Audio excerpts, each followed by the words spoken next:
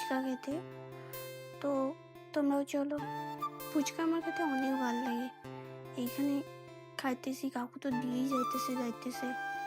আমার টক ঝোল এত বাজে লাগছিল না, কি বলবো। আমার তেমন ভালো লাগে না যে টক ঝোল এটা ওটা। আমার একটু শুকনো শুকনো ফুচকা, বাঙালি ফুচকা আমার পছন্দ অনেক। কিন্তু তবেও এই কাকু শুকনো পাপড়ি দিচ্ছিল, ওইটা একটু ভালো লাগছিল। আর কি করব, এই দেখো কিরকম একটা মুখ করে খাই না নিতেছি। দেখো গরুর মতো একদম চিবাই নিতেছি। এবার আমি এখানে মাউন্টেন ডিউ খুঁজতে গেছিলাম, কারণ মাউন্টেন ডিউ डर के आगे जीत है। তো মাউন্টেন ডিউ ছিল না। ওই কাকুটা বললো যে মাউন্টেন ডিউ নাই, তুমি থামস আপ নাও।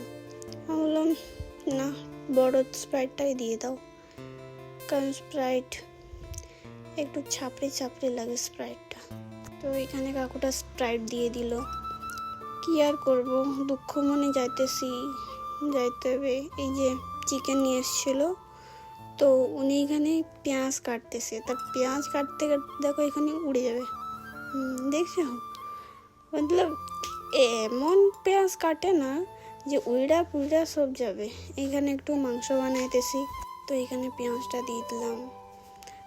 পেঁয়াজটা এখানে একটু পেঁয়াজটা ব্রাউন হতে হবে। তো ব্রাউন করতে একটু কষ্ট হয়ে গেছিলো রান্না করতে।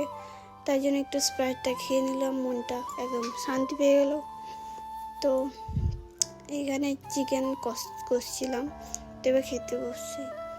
তো এটা আমার ফার্স্ট ব্লগ, তো কেমন হবে জানি না, খারাপ হতে পারে। আর আমি আমার নিজের হাতে রান্না খুব ভাল লাগে, কারণ আমি নিজে কষ্ট করে বানাই গাইস, তো ভালোই তো লাগবেই না। তো দেখো এরকম কেমন ক্যামেরা ধরছে, দেখছো?